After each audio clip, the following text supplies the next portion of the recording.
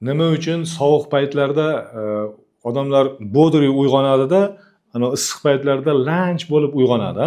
Sovuq kunlarda birinchidan shunaqa narsaki, namlik yuqori bo'ladi, havo tozaroq bo'ladi, svejiy ko'proq kislorod olasiz bir tomonidan. Ikkinchidan sovuqdan nervlar tezroq ta'sirlanadi, tezroq o'rningizdan turish, tez uyg'onasiz shu narsa. Endi sovuqda, issiqda. Issiqda nima uchun lanchlik? Qon tomirlari keng bo'ladi issiqda. Sovuqda qon tomirlar torroq bo'ladi, qon aylanish jadalroq bo'ladi, tezroq uyg'onishga sabab bitta tomoni. Ya'ni sabablar ko'p juda ham.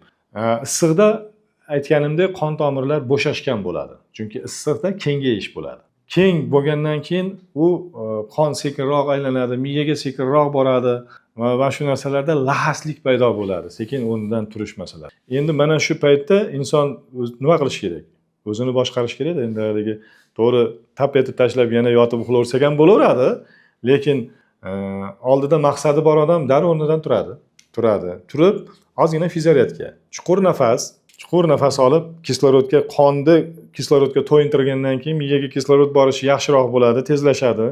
Quloqni suprasini uqlash kerak. Juda ko'p, minglab bu yerda tochkalar bor. Oddiy shu quloqni suprasini oldiga orqaga massaj qilishni o'zi bu yaxshi natija berib qo'yadi. Uyg'ontiradi. Keyin bir borib o'sha xona haroratidagi suvda ichish kerak.